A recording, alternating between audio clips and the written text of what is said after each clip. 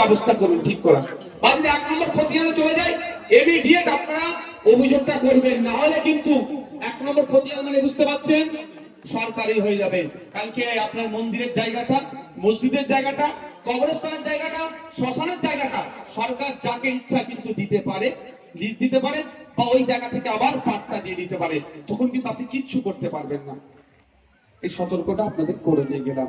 এই ধরনের ঘটনা ঘটছে বলি কিন্তু আপনি বলছেন, এই প্রথম আমার মুখ থেকে শুনলেন না?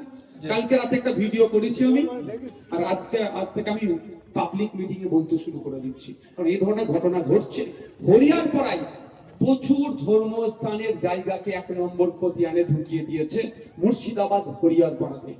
আপনাদের এখানে সার্চ করলে বুঝতে পারবেন কি করে রেখেছে। আপনারা নিজেরা সার্চ করে নেবেন। মসজিদ কমিটি, ঈদগাহ কমিটি, মন্দির কমিটি, শ্মশান কমিটি যারা আছে আপনাদের আশপাশে, তাদেরকে বলবেন, ভাঙড়ের বিধায়ক এসেছিল, এই কথা বলছিল, বাবু আপনারা একটু সার্চিং করে দেখে নিন আপনাদের মন্দিরের জায়গাটা, আপনাদের মসজিদের জায়গাটা, কবরস্থানের জায়গাটা, শ্মশানের জায়গাটা ঠিক আছে না নাই। যদি রেকর্ড নট ফাউন্ড দেখায় বা আপনার 1 নম্বরে খতিয়ানে চলে যায়, তাহলে কি কি করতে হবে? সর্বপ্রথম কাজ কি হবে? আপনার পুরাতন পর্চার জেরক্স নিয়ে ইমিডিয়েট জেরক্সকে অ্যাটাচ করে, পর্চার জেরক্স অ্যাটাচ করে বিএলআর অফিসে একটা অভিযোগ করতে হবে, দরখাস্ত জমা দিতে হবে, রিসিভ নিতে হবে। এটা পারবেন তো? আর এটা প্রচার করতে হবে আপনাদেরকে। শুধু ভোটের সময় ভোট দেবেন, ভাইজানকে জিতান, এটা নয়। এটাও একটা গুরুত্বপূর্ণ কাজ, এই কাজটা করবেন। দ্বিতীয় কথা হচ্ছে, খেয়াল আছে আপনাদের, মাদ্রাসা মসজিদ যখন হাতছাড়া কেড়ে নেওয়ার জন্য অপদার্থ বিজেপি, ব্যর্থ বিজেপি, জুমলাবাজার সরকার বিজেপি, ধাপ্পাবাজার শুভেন্দু অধিকারীদের সরকার বিজেপি আইন নিয়ে এসেছে। কি? ওয়াকফ সংশোধনী আইন 2025। পশ্চিমবাংলায় যখন আন্দোলন হচ্ছিল, মমতা ব্যানার্জি কি বলেছিলেন? যে দিল্লি গিয়ে আন্দোলন করুন। আমি আপনাদের বলবো, সামনে 2026 ভোট আসছে।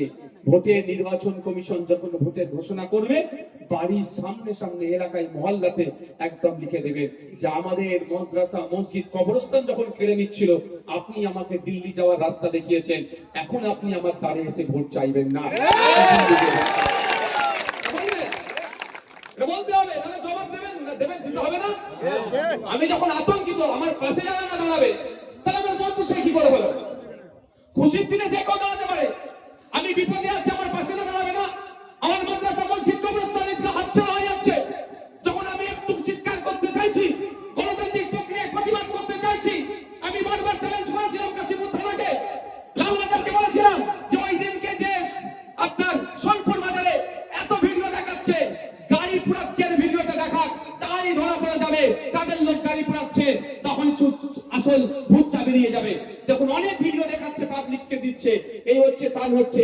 গাড়ি পুরানো ভিডিও দিয়েছিল না, এটা মমতা ব্যানার্জি চক্রান্ত হতে পারে। তো এই বছর ক্রিমিনালকে দিয়ে যে আন্দোলন বড় করতে হবে না, ছোট করে দিতে হবে, মামলা দাও। প্রায় 2000 ছেলের নামে মামলা দিয়েছে মমতা ব্যানার্জি সরকার। আরে আন্দোলনটা তো বিজেপির বিরুদ্ধে হচ্ছিল, মমতা ব্যানার্জির উচিত কি ছিল? আরো ভালো করে যাতে আন্দোলন হয় সহযোগিতা করা।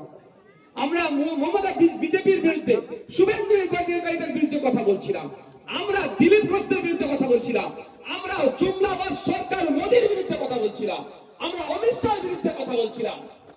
কিন্তু মমতা ব্যানার্জির বুক কত চিনচিন করছিল কেন? আমাদের 2000 মানুষের নামে মামলা দিয়েছে। আমি ওই দিনকে কোথায় ছিলাম ভাই? কলকাতায় ছিলাম, শিয়ালদাতে। আমার নামে 5টা মামলা দিয়েছে। আমি কিন্তু জামিন করিনি, বাকি ছেলেদের জামিন করিয়ে দিয়েছিলাম, আমি জামিন করিনি।